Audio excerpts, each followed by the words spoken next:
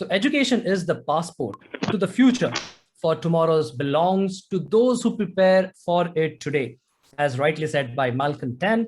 So good evening, everyone. My name is Mitthyl, a digital coach, podcaster, and a YouTuber creator. Your host for today's event. I would like to welcome you to the international conference, a bigger picture, an interesting conclave of global educators. Now, this event is organized by Trinity International School, Pune. Trinity International School is one of the best CBSE schools in Pune, having its branches in Baramati and Vaduj. Their thoughts and philosophy is based on deep-rooted Indian values and rich culture integrated with a global mindset. From this mindscape, we endeavor to develop conscientious citizens who are open-minded, innovative, creative, critical thinkers, self-disciplined yet energetic in thoughts and actions. A group of highly qualified and experienced teachers nurture these young minds with equal emphasis on academics and extracurricular activities. I would like to also thank our media partner, EduTV, and our digital partner, Adventure Education, a 25-year-old company in the field of education, organizing outdoor and outreach experiential learning programs integrated to the curriculum based on online and offline field trips. We would be having our question answer round in the last 10 minutes of the event. And now I would like to introduce our international guest speaker straight from South Korea, Jeon-Hyun. So he has been a technical teacher for 28 years, 27 out of which has been spent in farming and fishing villages. He has dealt with challenges in a number of productive ways. He is exceptionally dedicated, providing after-school activities and courses every night until 10 p.m. and teaching a 14-hour day to give his students to the access they need. He has been a recipient of the Hong Jung Medal, the Education Minister's Award, and the Health and the Welfare Minister's Award.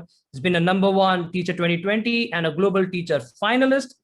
So we would also be having Young Ju, who would be his interpreter. So welcome you, sir, to this particular event. Over to you, sir.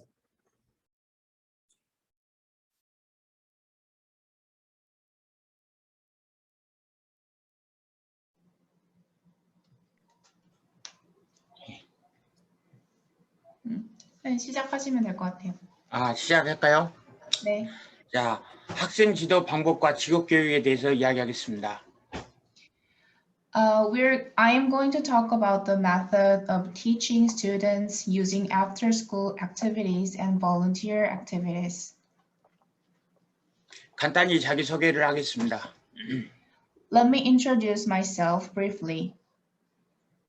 저는 한국에서 고등학교 교사로 근무하고 있습니다. 주요 수상 경력은 한국 공무원 중에서 받을 수 있는 최고 훈장인 홍조 군종훈장을 수상했고 2020년 글로벌 티처 프라이즈 탑10 파이널리스트입니다. I am working as a high school teacher in South Korea.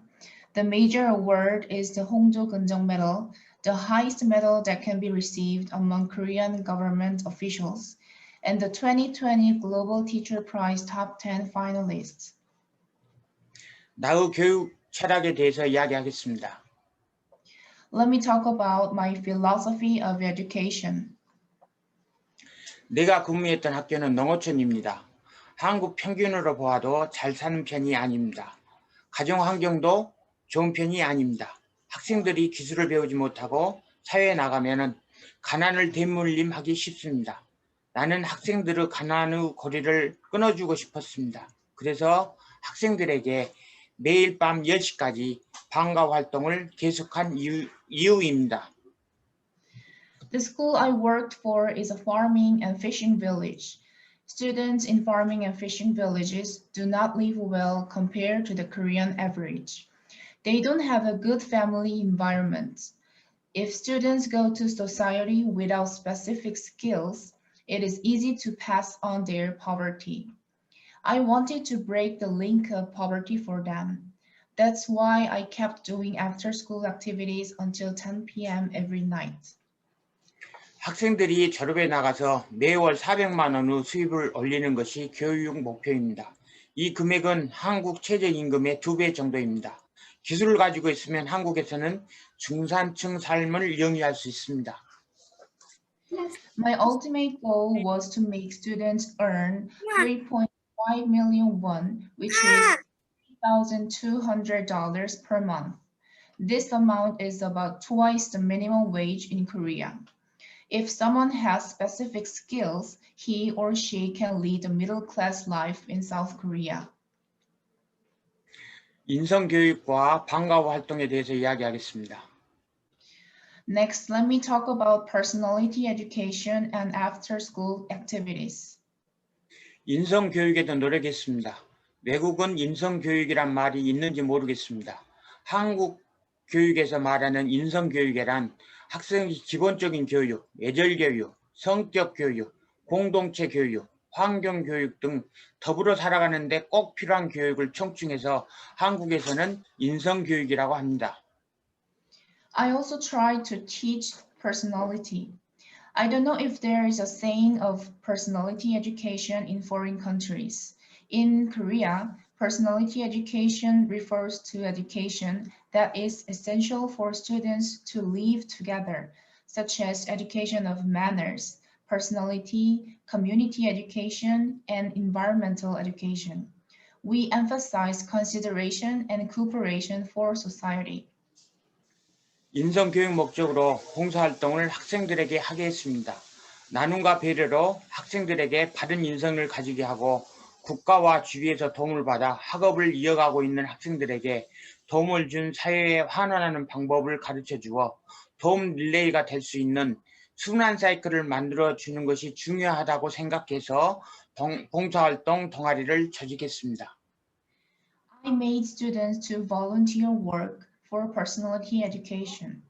I organized a volunteer club because I thought it was important to give students the right personality through sharing and consideration, and to teach students who are continuing their studies to return to a society that helped them.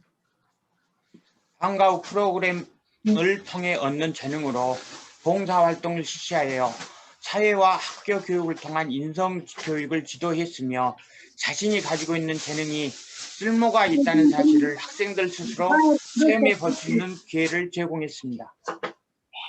Volunteering activities were conducted with the talents gained through after-school programs to guide personality education through social and school education, and provided students with an opportunity to experience the fact that their talents were useful. 한국에서는 봉사활동을 교육적인 차원에서 정규 교육 과정에 포함되어 있으며 봉사활동이 매우 활성화되고 있습니다. 2005년부터 지역 아동센터에서 컴퓨터 지도, 학습 지도, 드론 교육, 체험활동과 양로원에서 시설 봉사, 노래와 춤, 공연, 그리고 지역사회 캠페인 참가, 독거노인 돌봄 등 봉사활동을 통해서 지역사회 발전과 나눔 배려 인성교육을 실시했습니다. In Korea, volunteer work is included in the regular curriculum at the educational level, and volunteer work is very active. Since 2005, local children's centers have provided community development and sharing personality education through computer guidance, learning guidance, drone education, hands-on activities, facility service, singing and dancing performances, community camper participation, and care for the elderly living alone.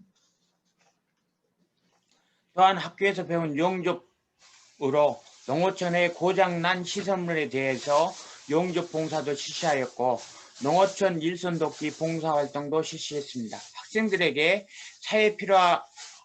사회에 살아가는데 꼭 필요한 기술교육과 인성교육을 병행해서 교육했습니다. In addition, welding services were provided for facilities broken in farming and fishing villages through welding learned at school, and volunteer work was provided for farming and fishing villages. The students were educated in both technical and personality education necessary for living in society. 그 결과 한국의 전국 중고등학교 중에서 최고의 동아리가 되었고 동시에 봉사활동이 가장 활성화된 동아리입니다. 봉사활동으로 14개의 장관상을 수상한 것이 한국에서는 유일한 경우입니다. As a result, it became the best club among middle and high schools in Korea. And at the same time, it is the club that has the most active volunteer activities. It is the only case in Korea that has won 14 ministerial awards for volunteer work. 나의 직업 교육 방법에 대해서 이야기하겠습니다. Now let me talk about my vocational education method. 직업 교육에 있어서 오늘 현재 교육은 언제나 시대에 뒤떨어진 교육을 할 수밖에 없습니다. 기술 발달 속도를 교육이 따라갈 수 없습니다. 기업의 목적인 이윤을 남기기 위해서 새로운 첨단 기술을 개발하지만 교육을 현재 나와 있는 기술을 교육할 수밖에 없습니다. 즉 교육은 과거의 기술을 교육하고 있습니다. In vocational education, education as of today is always outdated. Education cannot keep up with the pace of technological development.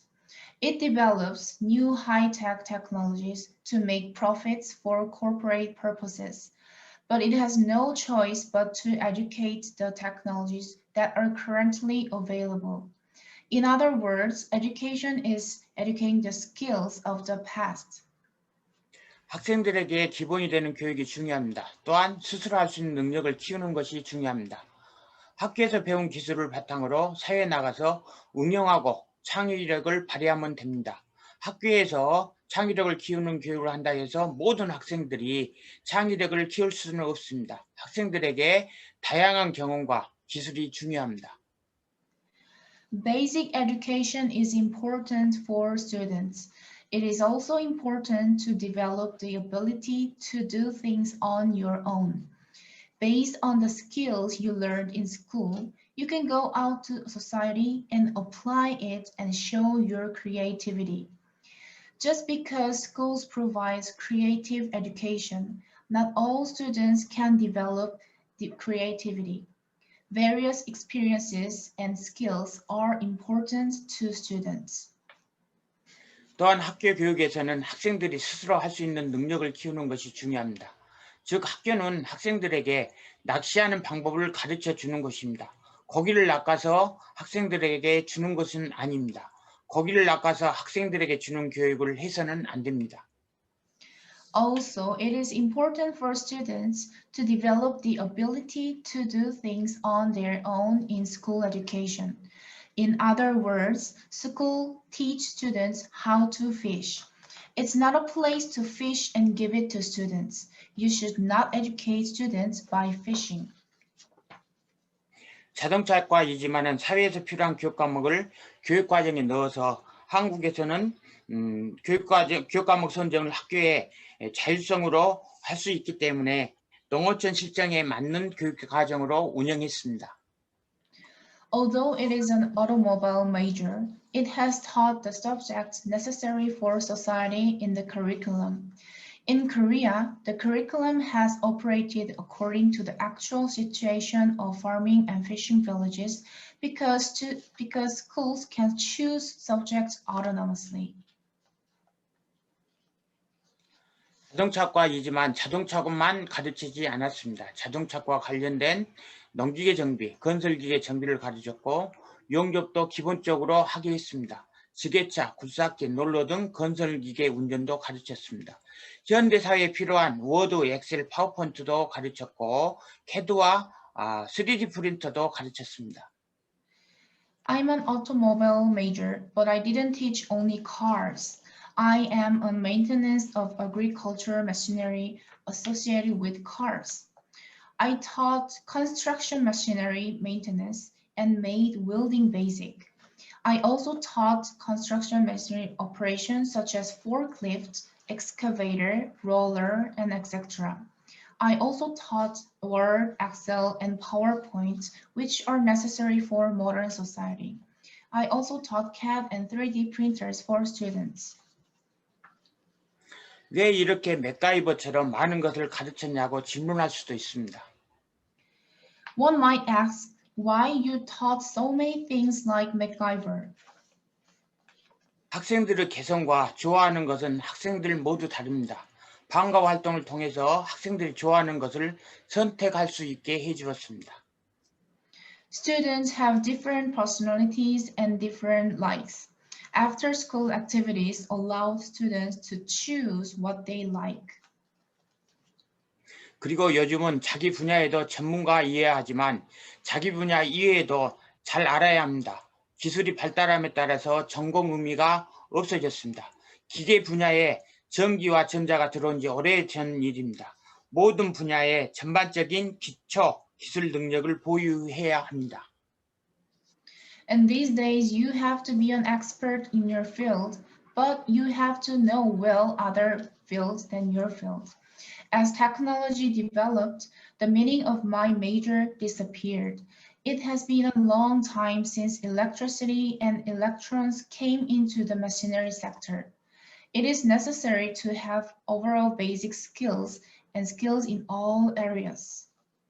학생들을 잘 교육시켜서 사회에 내보내는 것이 학생 개인을 발전시키는 것이고 사회를 발전시키는 것이며 국가를 발전시키는 것입니다. 또한 세계 발전에도 기여하는 것입니다. Educating students well and sending them to society is to develop individual students, develop society, and develop the nation. It also contributes to world development. 5번의 전국 고등학교 최다 자격증 취득 지도와 6번의 전국 고등학생 최대 자격증 취득 지도 등 한국에서 최고와 최다의 기술 교육 성과를 이루었습니다. 나의 교육 방법이 세계 교사들에게 도움이 되었으면 좋겠습니다. I achieved the best and most technical education achievements in South Korea, including 5 guidance on obtaining the most certificates in high schools nationwide, and 6 guidance on obtaining the most certificates for high school students nationwide. I hope my teaching method will help teachers hard. 어려운 극복 방법에 대해서 이야기하겠습니다. This time I will talk about how to overcome difficulties. 한국 교육제도는 우수한 편입니다. 학교 실습비도 교육청에서 충분히 지원됩니다. 단 실습비가 목적 사업비로 지원돼서 그 항목 외에는 사용할 수 없습니다. The Korean education system is excellent. School fees are also fully subsidized by the Office of Education, provided that the practice expenses shall not be used other than those items because they are subsidized as the purpose project expenses. 가장 어려운 점은 방과 활동을 운영하는 데 필요한 돈입니다. The most difficult part is the money needed to run after-school activities. 내가 근무하고 있는 학교는 농어촌 학교입니다. 학생 모집도 어렵고 우수한 학생들이 오는 학교도 아닙니다. 가정 형편도 어렵다 보니까 생계 유지를 위해서 학생들이 아르바이트를 많이 합니다. The school I work for is a rural school. It is difficult to recruit students, and it is not a school where excellent students come. The family situation is also difficult. Looking at it, students work part-time job to make a living. 10년 전까지는 학생들이 자격증과 기술을 배우기 위해서 아르바이트를 많이 했습니다. 왜냐하면 자격증을 취득하기 위해서는 많이 돈이 필요합니다. 가정에서 기술을 배우는데 다 지원을 해줄 수 없기 때문에 자격증을 취득하기 위해서는 학생 스스로 아르바이트를 많이 했습니다. Until 10 years ago, students worked part-time job to learn certificates and skills because it takes a lot of money to get a license and certificate. Students themselves worked part-time job to get a certificate because they couldn't apply for all the skills they learned at home. 이런 것이 안타까워서 10년 전부터는 외부 기관에서 공모를 통하여 돈을 가져왔습니다. 방과후 활동 운영은 돈이 많이 듭니다. 학생들도 실습비와 자격증 접수비 등 자격증을 취득하기 위해서는 돈이 많이 듭니다. It was unfortunate that such a thing was brought money from an outside situation through a public offering 10 years ago. After school activities are expensive.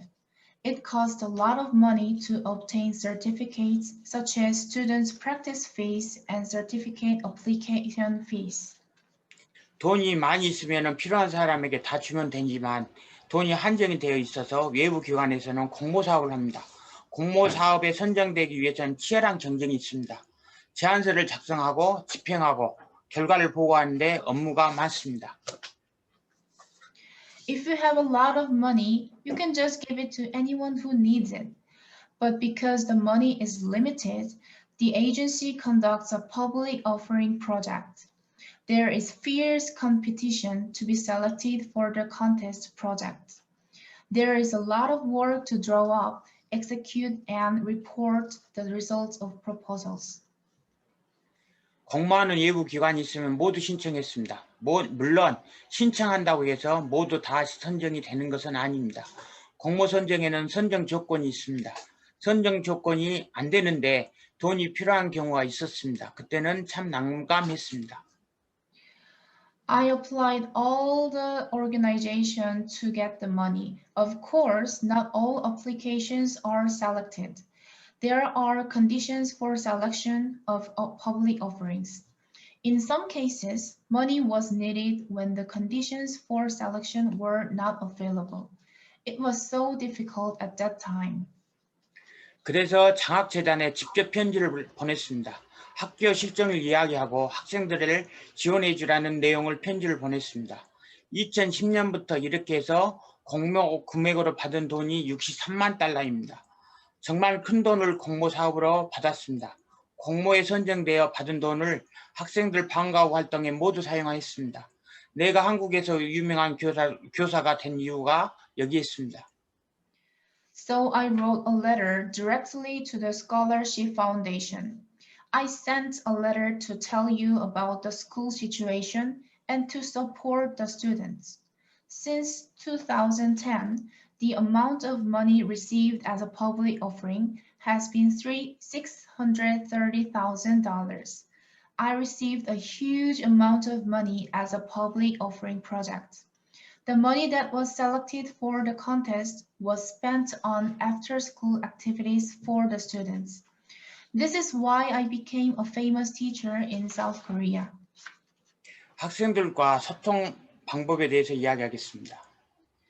Let me talk about how to communicate with students. 사람의 마음을 얻는 것은 매우 힘듭니다. 학생들의 마음을 얻기 위해서는 교사가 진실된 행동을 보여야 합니다. We all know it's very hard to get people's hearts. In order to get closer to students, teachers must show sincere behavior. 취업 정보, 학생들에게 도움이 되는 신문 기사 등을 스크립해서 학생들에게 보여주면서 상담을 했습니다.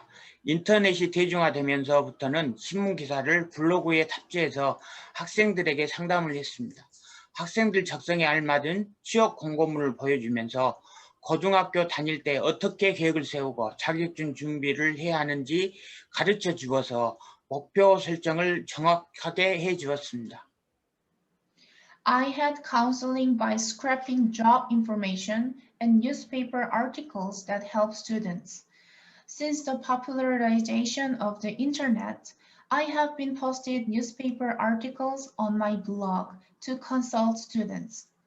I showed students employment notices which is suitable for their aptitude and taught them how to plan and prepare for the certificate so they set their goals accurately. 학생들이 학교 생활할 때 목표 설정을 하게 되면 목표 설정대로 노력도 하고 청소년기에 방황을 하지 않습니다. When students set specific goals in school life, they try to set goals and do not wander around in adolescence. 주말에는 문자 메시지로 대화를 했습니다. 도움이 필요한 학생들은 언제든지 전화하도록 했습니다. 학생들에게 주말에 수시로 전화를 했습니다. 학생들의 어려운 상황을 들어주고 공부 방향을 제시했습니다. 시간 날 때마다 학생들과 대화를 했습니다. On weekends, I talked with students by text message. Students in need can call me at any time. I call the students frequently on weekends. I listened to the difficult situation of the students and gave them directions for studying. I talked with students whenever I had time. 학생들을 연기를 북돋우는 방법에 대해서 이야기하겠습니다. Let me talk about how to encourage students. 사람들은 장단점이 있습니다. 사람들은 남들보다 자기가 잘하는 분야가 하나씩은 있습니다. 학생들에게 장점만 칭찬해 줍니다. 장점을 칭찬하면 학생들이 자신감을 갖습니다. People have good points and bad points. People have one specific area they are better than others. I only praise students for their strengths. Students become more confident when they have praise. 장점 이외에도 학생들에게 칭찬의 말을 주로 합니다. 칭찬을 하면 정말 학생들이 자기 자신이 잘하는지 압니다. 학생들에게 좋은 점을 칭찬을 꾸준히 해보았더니 기적처럼 학생들이 변화하는 모습을 보았습니다. Besides the strengths, I usually say compliments to students. If you praise students, they really think they are good at it. I constantly praise the students for their good points, and I saw their change like a miracle. 성과를 이룬 원동력에 대해서 이야기하겠습니다. Let me talk about the driving force behind the achievements. 너무 힘들어서 학기 초에 1년만 하고 학생 지도를 그만하자는 마음가짐이 있었습니다. 하지만 제자들이 사회에 나가서 잘된 모습을 보면서 계속 지도하고 있습니다. 이렇게 교직 생활을 30년 동안 했습니다. It was so tough that I thought to stop teaching students after doing it for only a year. But I continued to teach my students by watching them succeed in society. This has been continued for 30 years. 제자들이 가난의 대물림을 벗어나고 안락한 삶을 주기 위해서 지도했을 뿐입니다. 나는 애국자도 아니고 공무원으로서 나에게 주어진 일에 충실한 것뿐입니다. 즉 직업 윤리가 투철할 뿐입니다. I only taught my students to escape poverty and give them a comfortable life in the future. I am not a patriot. I'm just loyal to the work that's given me as a public servant. In other words, there is only a strong work ethic. 포기하지 않고 끊임없이 도전하는 도전 정신이 강합니다. 변화에 잘 적응하였습니다. 이것이 가장 중요한 포인트입니다.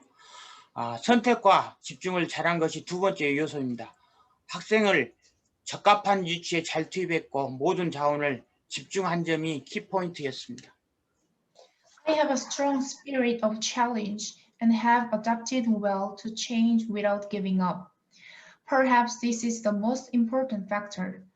Good choice and concentration are the second factor. The key point was to put the students in the right position and concentrate all the resources for them. 한국의 발전 원인에 대해서 이야기하겠습니다. I will talk about the development process of South Korea. 내가 초등학교 다닐 때는 1960년대 후반 이야기입니다. 사람들이 너무나 가난해서 점심을 못 먹는 경우가 많았습니다. 미국에서 밀가루를 원조를 했습니다. 밀가루로 빵을 만들어서 학생들에게 주었습니다. 점심시간 때에는 많은 학생들이 수도가에 갔습니다. 배가 고프니까 물로 허기를 달랬습니다. 나도 태어나서 바나나를 먹어본 기억은 70년대 후반인 중학교 시절이었습니다. 내가 초등학교, 중학교 시절만 해도 한국은 잘 사는 나라가 아니었습니다. 한국에는 인적 자원 말고는 없습니다. 남들이 잠을 잘 때 더 열심히 공부를 했고 일을 했습니다. It's about the late 1960s when I was in elementary school. Many people were too poor to eat lunch. The United States supported flour, and the school made bread with flour and gave it to the students. During lunchtime, many students went to the waterfront. Being hungry, the students comforted themselves with water. I remember the first time of eating bananas when I was in middle school students in the late 1970s. When I was in elementary and middle school students, Korea was not a country that lived well. There is nothing but human resources in Korea. We studied harder and worked harder while others slept.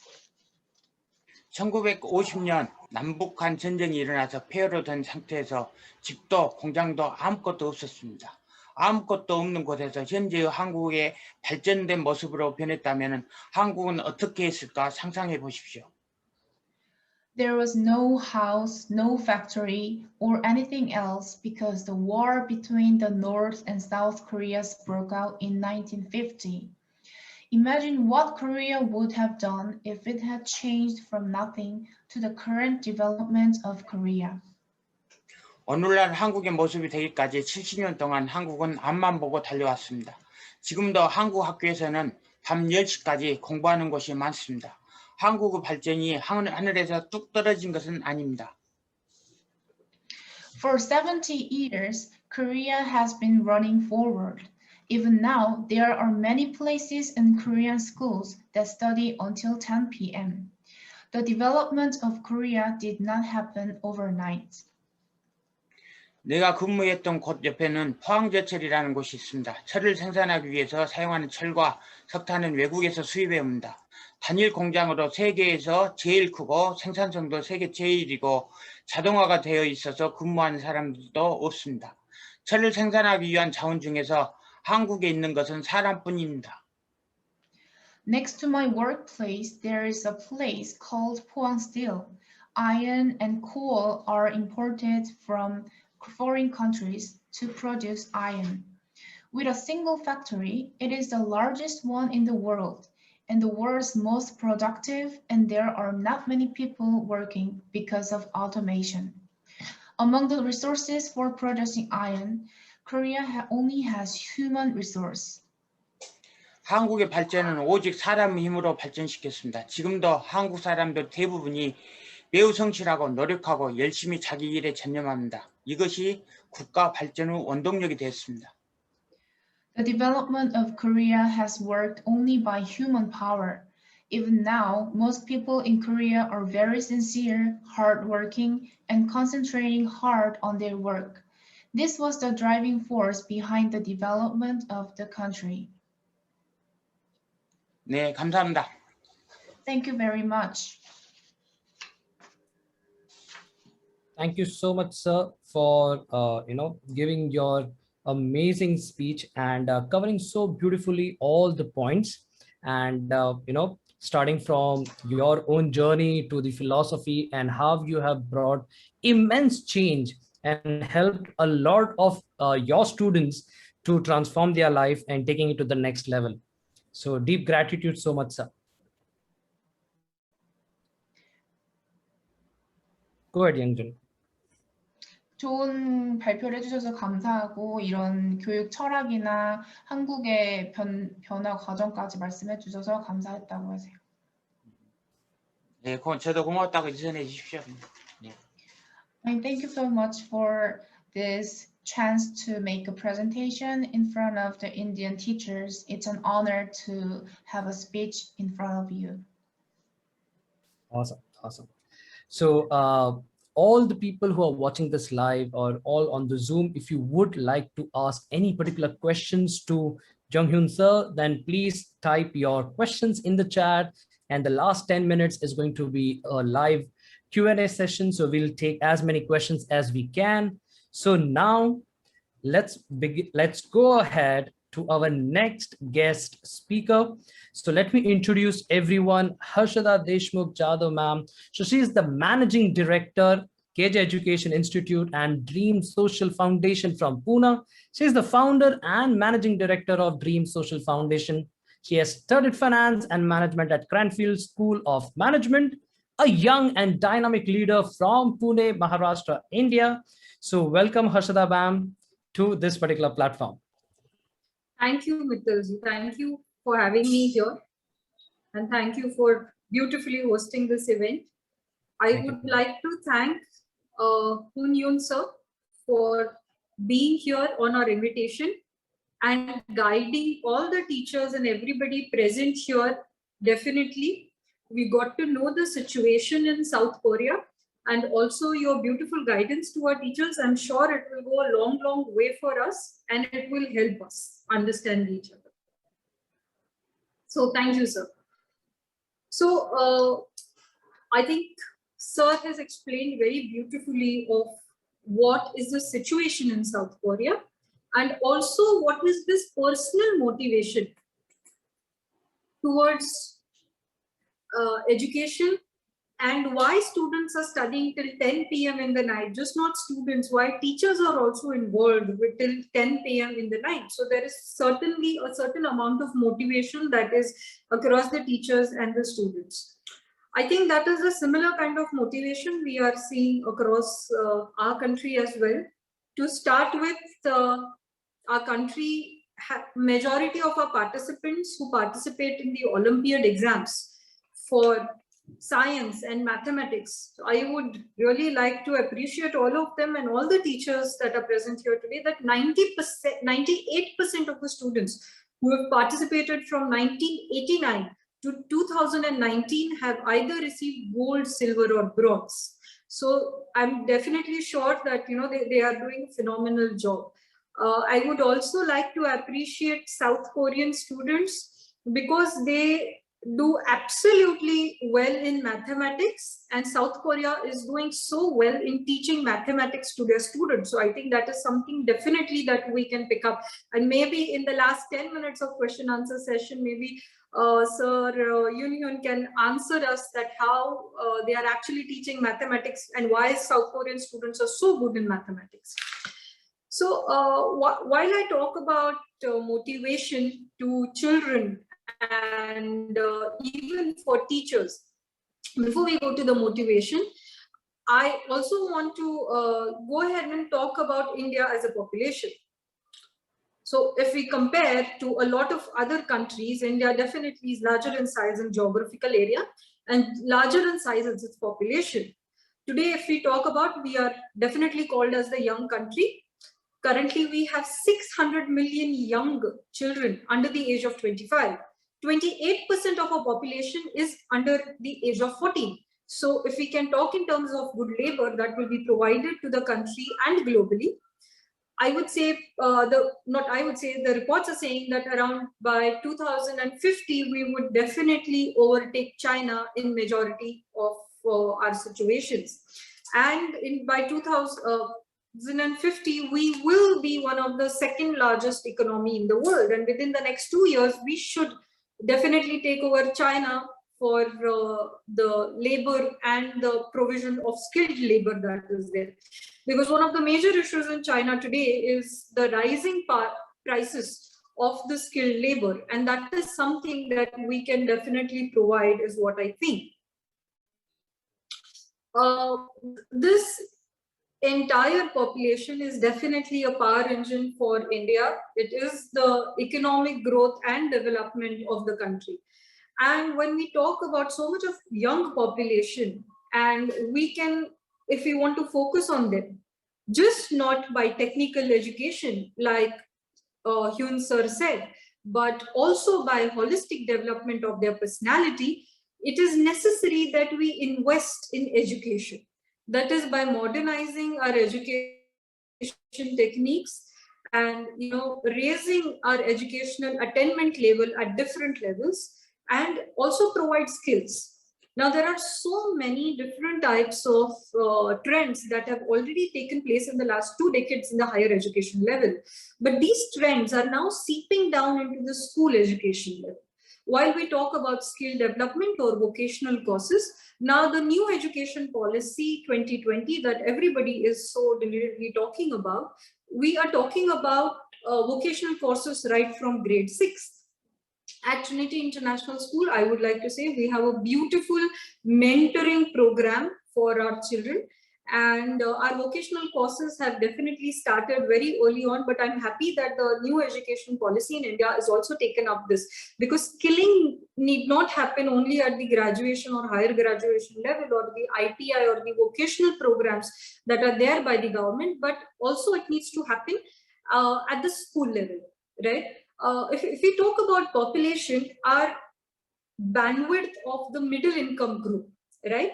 The middle class people has increased phenomenally 10 times, right? So in 2010, we had around 50 million people in the middle income bracket group. By 2030, it is anticipated that we will have about 475 million people in the middle income group. So that is around 10-fold times, right? So that means the expenditure capacity of the middle income group people is going to increase. And that means that we are going to have the expenditure capacity in terms of in terms of government expenditure and in terms of personal expenditure. Now, as we know, the government spends a lot of money on school teachers, and definitely the expenditure or the salaries of government school teachers are much, much higher than the private schools. But if we see very well educated states or prosperous states like Tamil Nadu, which has only 38% of enrollment rate in the government schools, while majority of the enrollment rate is in the private sector. So parents are demanding for better outcome education. And when we say better outcome education, that means that we need to have trained teachers, right? Today, when we talk about, so I'm going to come back to trained teachers. Before that, I'm just going to quickly touch upon what globalization and pandemic is done today. What globalization and pandemic is done today. Right, so it has definitely been a blessing in disguise in terms of technology introduction. We had never anticipated that we could bring so much of technology in the school overnight. Now, for example, in the last session when I spoke to Hyun sir, he told me that South Korea has a lot of technology and the infrastructure if the schools is really, really built up. But pandemic has definitely told us that online education is equally important as smart classrooms. We have definitely replaced online, we have definitely replaced the chalkboards, with the smart classrooms. But along with that, we need to involve our students day and night into education. So after school activities can definitely be carried on with this whole online learning process. So I think even when face-to-face learning happens, online learning is definitely not going to go away. That is going to stay with us. That said, I also think that along with online learning that the pandemic has showed us, we also need to focus on our infrastructure development. Now, the NEP, that is the new National Education Policy 2020, says about 6% of our gross domestic product, that is our GDP, should be invested. The public should have a public investment in the education sector. But what I would like to put forth is that education has a lot of positive spillovers, right? It is just not about personal development, but it is about a country development, the economic growth of the country. And that is the reason I would insist to the government that this 6% should be raised in terms of infrastructure, because Rome was not definitely built in a day. And it takes time for infrastructure to be developed. And for a country like India, where the population is huge, we need to take steady and faster steps to maybe skill our population. Today, if we talk about roads in India, 40% of the roads in India are still unpaved. That means that is so much of difficulty for our children to reach the schools. We don't have enough infrastructure.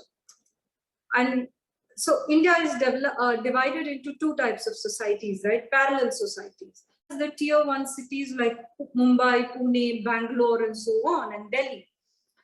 And the other is the rural area, which is about 70% of our population. And I think that also needs to go hand in hand. And the infrastructure development there also needs to happen phenomenally. There are two examples that I would like to give from my native Satara district that are wonderful two examples that the teachers have carried out for in this pandemic. So one such program is being taken care by the Vadgaon village in Satara district. There they have started a concept of school at home. So we have all heard about distance learning in the higher education level. This is somewhat like distance learning. So what they have done is they have developed a set of series of educational material and content, and they are providing that content to the children at their home. So it is school at home. And the teachers are going to the children's home on regular basis to do a lot of doubt solving, remedial teaching and things like that, wherever the child is falling back in different subjects. So those things are picked up, and this is an excellent experiment, I think, is being carried out by the Vadgaon village school in the Satara district. And school at home is something that I think we can also carry on at different levels. Second program, I would also like to appreciate this wonderful teacher. He is also an awardee. His project is being selected for an international program, and his name is Balaji Jadhav sir. He is again a teacher from village Paryanti in Satara district, and he has developed a lot of smart classrooms in this last 3-4 years. But now the smart classrooms have definitely been only with the school, right? But now with the pandemic, children are home. So what they did is with the help of Google community, he has connected his school to the Google community, and he has teachers across globally who have connected with their children, and the teachers, experts in various subjects, are providing expertise to the students in various subjects. So he has tried to do a globalization at such a small village, and that is, I think, a very motivated teacher, I should say. Another thing I asked him, sir, internet is a major issue in a lot of villages. So what are you doing about that? And he said that, this is a very interesting concept. Everybody has a telephone today, right? Everybody has a mobile, if not even the smartphones. If you talk about smartphones, the 2020 survey say 45% of our homes have only one smartphone. So only one child can use it exclusively. And 38% of the homes in India today do not have smartphones. So there has been so much of gap. So I asked him, what is it they're doing about this? And he said that they have had children in groups of 10, and he does teleconferencing with them. And he started teaching on teleconferencing through storytelling. Now, storytelling is an excellent and an engaging activity which can be used across various subjects, be it science, be it history, be it arts, and languages as well. And so what they have done is, through storytelling, he started engaging children, right? So these are two excellent, I think, examples that are happening at a rural level. Now, at the city level, I think a lot of schools already have a lot of ERP systems. We had our own ERP system. So thankfully, 25th of March in 2020, it did not take us even 2 days for us to shift the school online. So our exams were going on, immediately shifted online. And by 1st of April, our school was already in a situation of smart classrooms, and we could do a lot more. But this kind of pedagogy shift from books to online learning is possible with two things, because pedagogy revolves around two things. Mainly, that is motivation and engagement. So in classroom, motivation and engagement is possible. There are different types of methodologies in online learning where you can involve children and motivate them and engage them, right?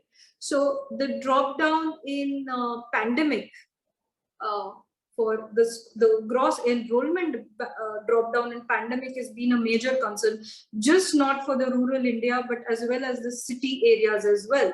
And the drop down in this pandemic is just not necessarily because there is no infrastructure. The other problems have been like family crisis. There has been family crisis. There has been situations like the motivation and the sagging motivation of children overall is one of the major issues. And to tackle that, online education, a lot of engagement of students, a lot of storytelling kind of activities is what is, I think, is required. Now, pedagogy is something that we talk about the education and the teaching methodologies at the for the children, right? But along with that, development of teachers is equally important. So when we talk about development of teachers or in adults, it is not called pedagogy, it is called andragogy, right? And both the places, the crux or the pivotal point is different in both the places. For pedagogy, it is motivation and engagement. For andragogy, you actually have to first make sure that the adults unlearn what they have learned and then they start learning again, right? Because they already have preconceived notions of whatever they have learned until now, and that is what they pass on to the children. So I think that needs to be taken off the teachers first, right? And then we need to engage them and teach them.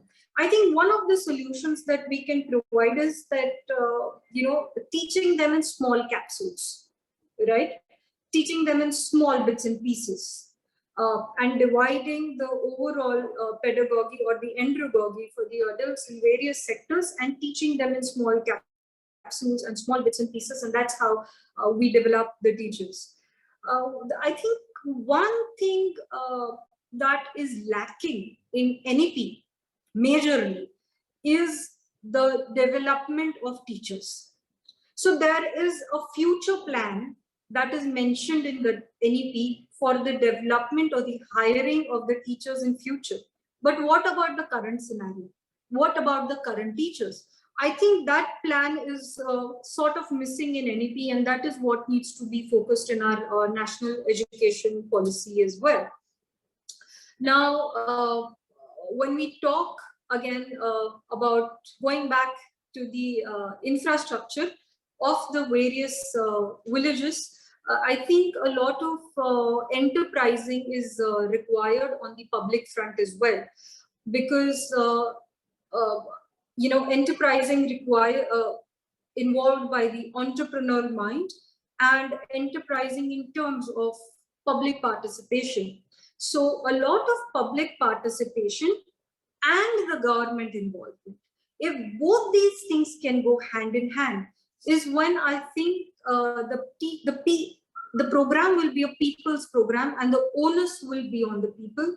And that is when there will be a major shift in the thinking process of the whole education system and the way we look at education system. So I think a lot of parental involvement, a lot of societal involvement at various levels is what is definitely required, and that is how we can shift the onus at various places. And I think that is how we will be definitely be able to make a difference, is what I think. I would also like to just focus on one more.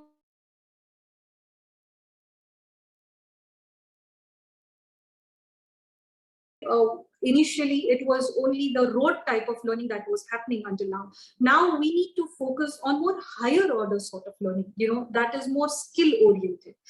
That is like critical thinking, differential learning, experiential learning. NEP is talking about experiential learning today, and they are involving a lot of artificial intelligence and machine learning activities at the school level itself. I would also like to appreciate the entire team of Trinity International School who have been involved in developing the entire experiential learning process at the school level, and I have seen it firsthand. And let me tell you that the kids do a phenomenal job. Absolutely. You know, for example, we have subject classrooms in the school. We don't have classrooms where children sit at one place and the teacher comes and goes in. So we have a separate room for history, we have a separate room for geography, we have a separate room for science. And when children go from one classroom to another, there is a, they have some space in between, right? And a child needs that space for them to get involved in their studies. And when they go from the history room to geography room, so they go away from the history world and they enter the world of geography when they enter the classrooms of geography. And this type of experiential learning that happens in the geography classrooms, along with the different kind of geographical projects that they take place, I think that is phenomenal. And that is also, I think, a way to break the barriers between different subjects, right? So engaging art with history, engaging art with geography. Today we have to understand all subjects are equally important. It's just not math and science. All subjects are equally important and emphasis needs to be given, and that is how we will be able to holistically develop a child. And most importantly, I think even at a parent level, at the school level, at the educator teacher level, at the administration level, at the governmental level, at the ministry level, I think one thing that we need to focus on is to listen to the children. I think they have a lot of important things to say. We need to listen to them and we need to fulfill their needs. I think that listening is somewhere that is lacking everywhere. See, Trinity has been doing projects with the schools in UAE, with schools in UK and schools in Japan. And one thing that we have seen throughout all these global projects that our children do is that children are same globally. Children are same across everywhere, right? So there is no difference in children in India or children in South Korea. All the children are the same. They all are inquisitive. They all are similar. They all love challenges. And they all are very enthusiastic to learn with each other. So I think that is something that we need to focus on. Our president of the KJ's Educational Institutes, he started the Trinity International School and he is focused on developing more branches of the Trinity International School. His sole focus was to expand in privatization of schools at a minimum cost possible. Today, if we talk about privatization, definitely privatization should expand, because for government schools, there is only a limited stake that the government can take on its shoulders. As entrepreneurs, I think we also need to have the similar responsibility and share the responsibilities of the government to expand in the privatization sector of the schools. But while we do this, we need to provide this kind of education to lower income and middle income group as well. And this is what Trinity is focused about, that providing good quality education at not a very costly cost. This was always our focus, and this is what our focus has been. And I think overall with the pandemic, the world has become flatter and flatter day by day. And this is definitely what we should use over the time as well. Today, the NEP is focusing on universal access to all the children altogether. It is focusing on 100% enrollment. Today, our enrollment rate, especially for the vocational courses, has been about 26%. We need to increase this vocational engagement rate in the vocational and the skill development subjects at least to 50%, because that is where the employers is asking for. About 50% of our youth is employable today. That is a really, really sad story. And we need to make sure that our youth is employable more and more. And to employ this, we need to have a lot of skill courses. NEP is focusing on breaking the breaking the bridge and the barriers between various subjects, which I just told you about what Trinity is doing in our schools right now, of breaking the bridge barriers. And I think that is what NEP is also focusing on, and it is happening throughout. So I think that is an excellent thing. Also, if you remember, in the olden days, we had this old 7 standard and the old 8 standard. I think NEP is bringing that back, and we are going to have assessment levels at grade 3, grade 5, grade 8, grade 10, and grade 12. I think this is a very, very important thing, because initially assessment was happening only at the board levels, that is at level 10 and level 12. So children are not learning as much throughout. There is rote learning happening only in grade 10 and grade 12, and assessment happening at the school level. So national assessment policies now are happening at grade 3, grade 5, grade 8 level as well. So I think these are also various certificates that children will get, all these standards. So if there is anybody who wants to go for professional vocational courses, maybe after grade 8 itself, I think that is possible, because they will get an 8th level certificate. And NEP is also focusing today on teacher development and the progression path.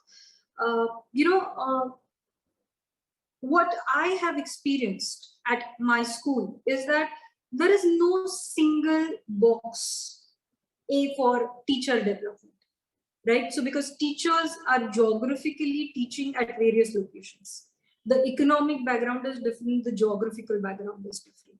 Like Jeon-Hyun sir said, the focus of their education is on farming and fishing, which is the major income of that country, which I think we are missing technically, because farming is and agriculture is 70% of our income in India today, given our exports as well. So I really think that we need to have more vocational courses on agriculture, which is definitely missing, and more focus on agricultural education in school today. But I think we can gain there. But what I would like to see is that there is not a single box that we can put teachers into, right? Teachers learn and teach at different pace, but we need to have a progressive path for the teacher defined, and various paths that the teacher like to take, and a guideline system for it. This is what we are doing currently at Trinity, and I think this is something that the government of Maharashtra can also focus on. I would just like to end with the agricultural part of it. I'm very happy to tell you, at Trinity, we do agriculture in school as well. Our children grow tomatoes, our children grow these little vegetables, they put it in a basket and then sell them. So our children are actually having the agricultural expertise, not the expertise, but at least the exposure to all of it. And I think a lot of entrepreneurship needs to happen in that sector also, and we need to get that along with our school education. And I think if we do that, we will also be able to do a phenomenal job as a country. So thank you for having me. I would definitely like to take, both of us, in fact, Hyun sir and me, both of us would like to take questions. Over to you, Mitthyl. Thank you very much. Namaste. Thank you so much, Harshaada ji, for taking us into the journey of how, from the bird eye view, the globalization, and how you straight away transform us into going to the actual core of the people who transform the students, the teachers. And if we develop the teachers and we take care of them and nurture them, this is going to be a direct reciprocation to the students itself. So thank you so much, ma'am, for throwing sort of light onto that particular subject also, and also on NEP. So now we have a lot of amazing questions coming over here. So, okay, the first question is from Miss Priya, the pre-primary educator specialist. So she is asking to Mr. Yong, what would you change in the Korean education system if you could?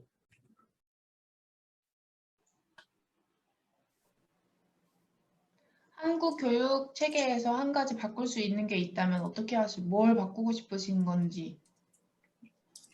한국 교육 제도에서 단점은 있습니다. 모든 단점이 있는데 좀 특별히 제가 뭐 외국 시스템하고 이렇게 비교를 해가지고 그렇게 좀 바꾸고 단점 같은 경우는 없는 것 같습니다. 그리고 한국 교육 시스템이 한국에 맞게끔 이렇게 했던 교육 시스템이기 때문에 외국에서 좋은 점만 장점만 이렇게 받아가면 좋겠고, 어느 교육제도든 장단점이 있습니다. 완벽한 것은 없지만은 그래도 완벽에 가깝다면은 가장 훌륭한 교육제도지 않을까라고 생각합니다.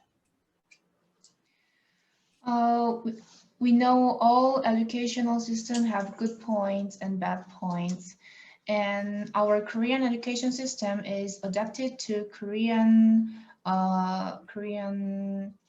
experience, like environment. And I hope all the education system can develop according to the voices of the society's members.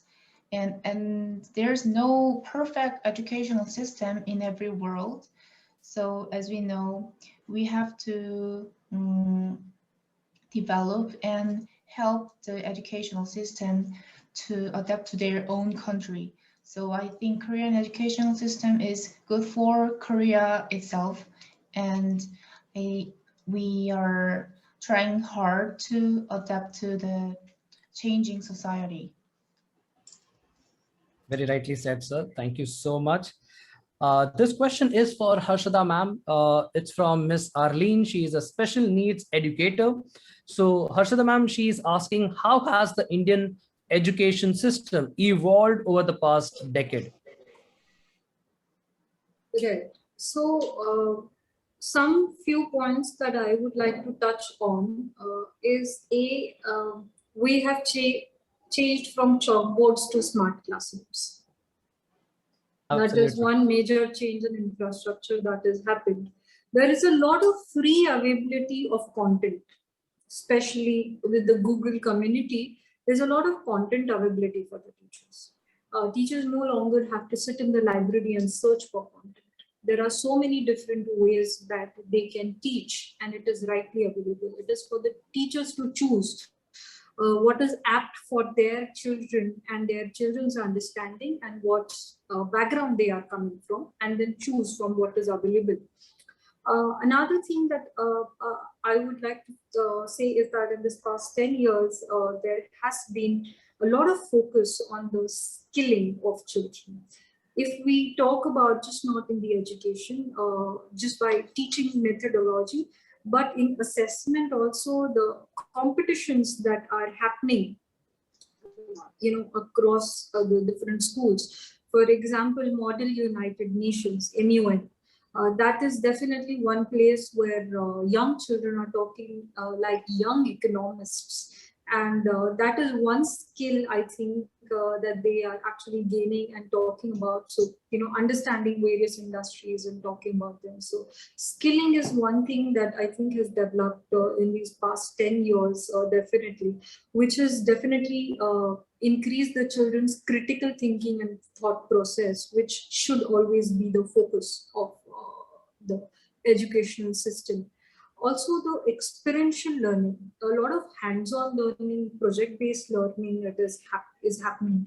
And this is not happening only in the tier 1 cities, but it is happening at the rural area as well. A lot of experiential learning is happening. So I think that is another change that has happened.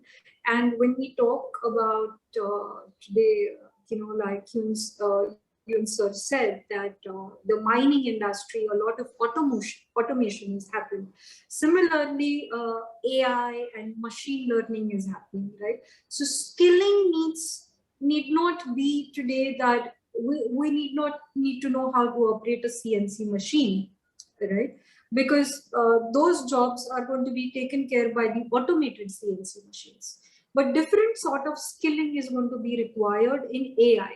Right, so we are developing the robots, but the AI and the artificial intelligence, the machine learning, that is the gap where skilling is required. And I think in this past 10 years, we have a lot of schools who are actually who have started working in the artificial intelligence and machine learning sector. So I think these are some of the major things, changes in this past 10 years that have happened in the education industry. Yes. Wow, Harshaada ma'am, thank you so much. There's another question coming at your end, Harshaada ma'am. It's from Mr. Aryan. He's a marketing specialist. So his question is, what are your views on how the pandemic, in fact, this question can be answered by both the guest speakers.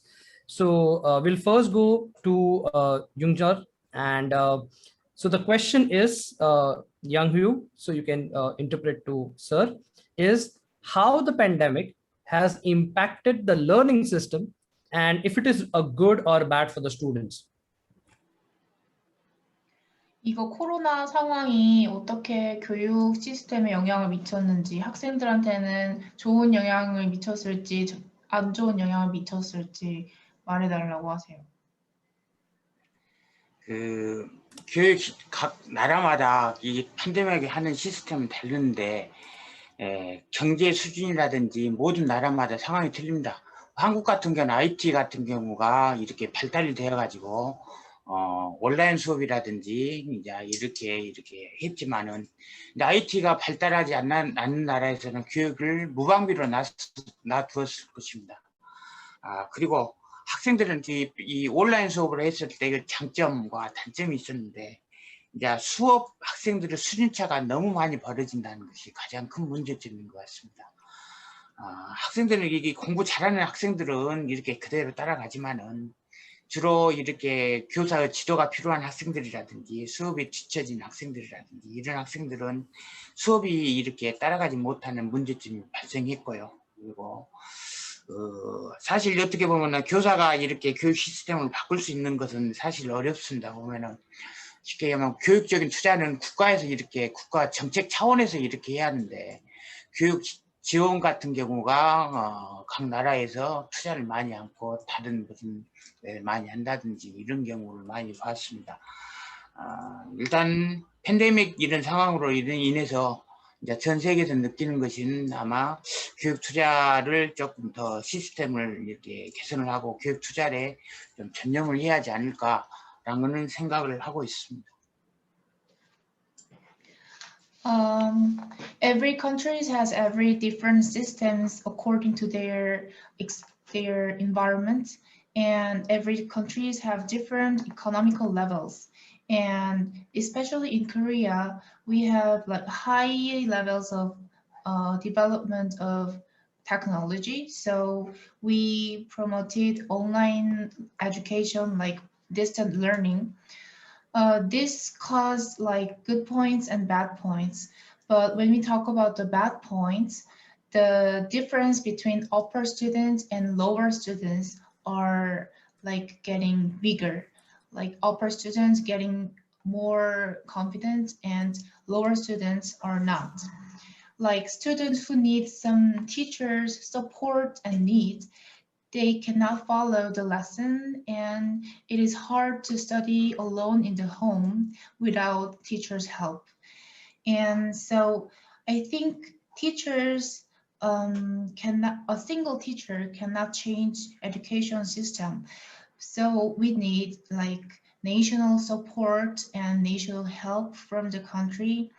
So like educational support and improvement of system is needed for pandemic situation in all over the world.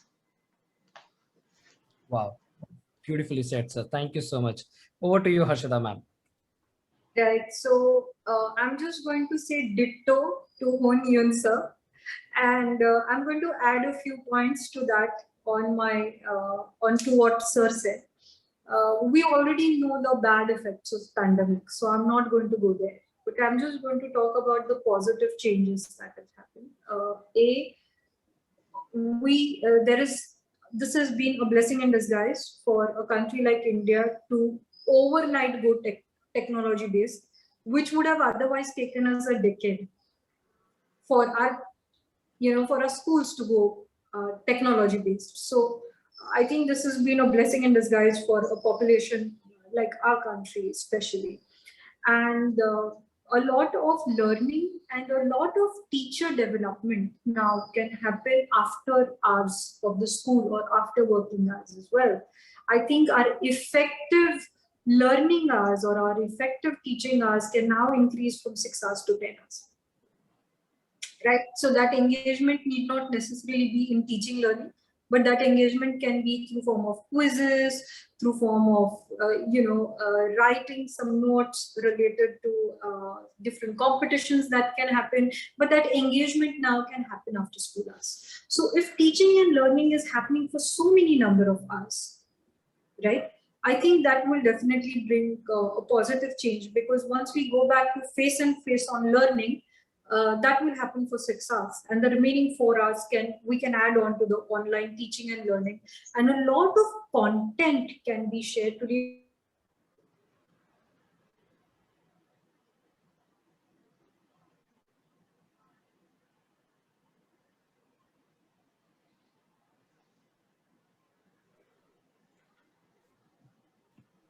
Harshaada ma'am, there's an internet glitch. We lost you. Yes, can you hear me now? I'm sorry. Yeah, no problem. Right. So now we are able to, teach the children at a different level, I think is what I would like to say. And yes, so I think that is definitely a positive effect, and that has helped both the students, the teachers, the parents, and the government as a whole. Now it is what do we do with it after the pandemic is over. Absolutely right, ma'am. Absolutely right. So, Harshaada ma'am, one question coming from Akash, who is an IT professional, and the question is that there are still many teachers who are lagging behind with the global knowledge base. So, how to train those teachers? Right. So, like I said, a lot of teacher training is happening at the CBSE level. Okay. But I think that is something not sufficient, right? Like I said, teacher cannot be put in a certain box. Different types of teachers are teaching different types of students. The students are coming from various geographical locations and various economical backgrounds. So this learning process has to happen at the school level. The schools have to create a progressive path for teachers, and that progressive path has to have various stops, right? So for example, for the pre-primary pedagogy, it is just not the teaching methodology, but using the various content that is available and then pushing towards it. As parents, I don't know if Akash is a parent or an educator, but as a parent, I would like to say involvement from the parental front in the school is also very important. See, please understand, our teachers have done a phenomenal job, right? For a country like India, for them shifting overnight to online teaching and then doing it, it's been very, very difficult. For offline teaching, the teachers know how to engage the classes. For online learning, while they were teaching the students, they were learning themselves also. When you talk about the Korean schools, the infrastructure of the schools is beautiful because all the infrastructure is provided by the government and it is absolutely free for the children. This is not the case in India, right? So infrastructure has been developed slowly throughout the country, and our teachers have also developed with it, right? It is not going to happen overnight. I think we should have some patience with our teachers, and parents need to get involved, not as just a questioning authority, but as supportive authority, a supportive group for the teachers as well. And I think they will do a phenomenal job. Thank you. Absolutely. So now, all the people who are listening this, if you have any more questions, please type in the comments and we would do our best to reply back to them. So now is the time, on behalf of the entire Trinity International School team, we offer our gratitude to our international guest speaker, Jeon-Hyun, and his language interpreter, Youngju. and Harshaada ma'am for taking out time and coming here and sharing your vision and such amazing, valuable information to us. So a deep gratitude to both the guest speakers. Thank you. Thank you so much. And don't forget to listen to our podcast or on Spotify. It's proud to say that Trinity International School is the only school has its own podcast platform where we bring a lot of educators, social cause supporters, and many athletes and personalities who can influence and who can provide lots of values to our students, parents, and many more listeners. So please listen to us on Spotify. The podcast name goes as the Trinity Talk Show. Thank you so much once again for listening to us. Deep gratitude. Thank you, Mitthyl ji. Thank you, Miss Yong-Hu. Thank you, Jeon-Hyun sir. It was a pleasure listening to you from the entire team of Trinity and all the educators who are present here today and the parents. Thank you. Thank you very much. It's an honor to be here and sharing some ways of educational method with you. Thank you very much. So all the questions that you have will be answered on the Trinity International School Facebook page. So please ask the questions and you will get all the answers there. So thank you so much, everyone, for listening to us live. See you again very soon. 선생님 나가면 되죠? 네. 예.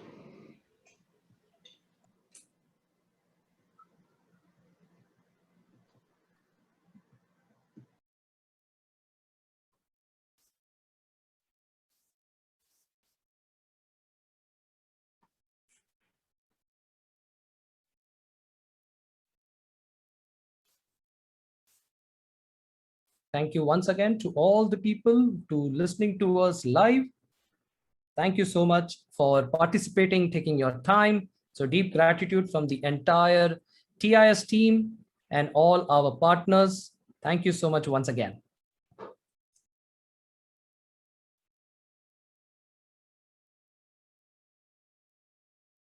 And don't forget to log into our Trinity International School Facebook page for the live feed and the answers to all the questions. You can find all the links. You can search directly on Google and on Facebook. We are available everywhere. But don't forget to listen to us on our podcast, the Trinity Talk Show. Thank you so much once again.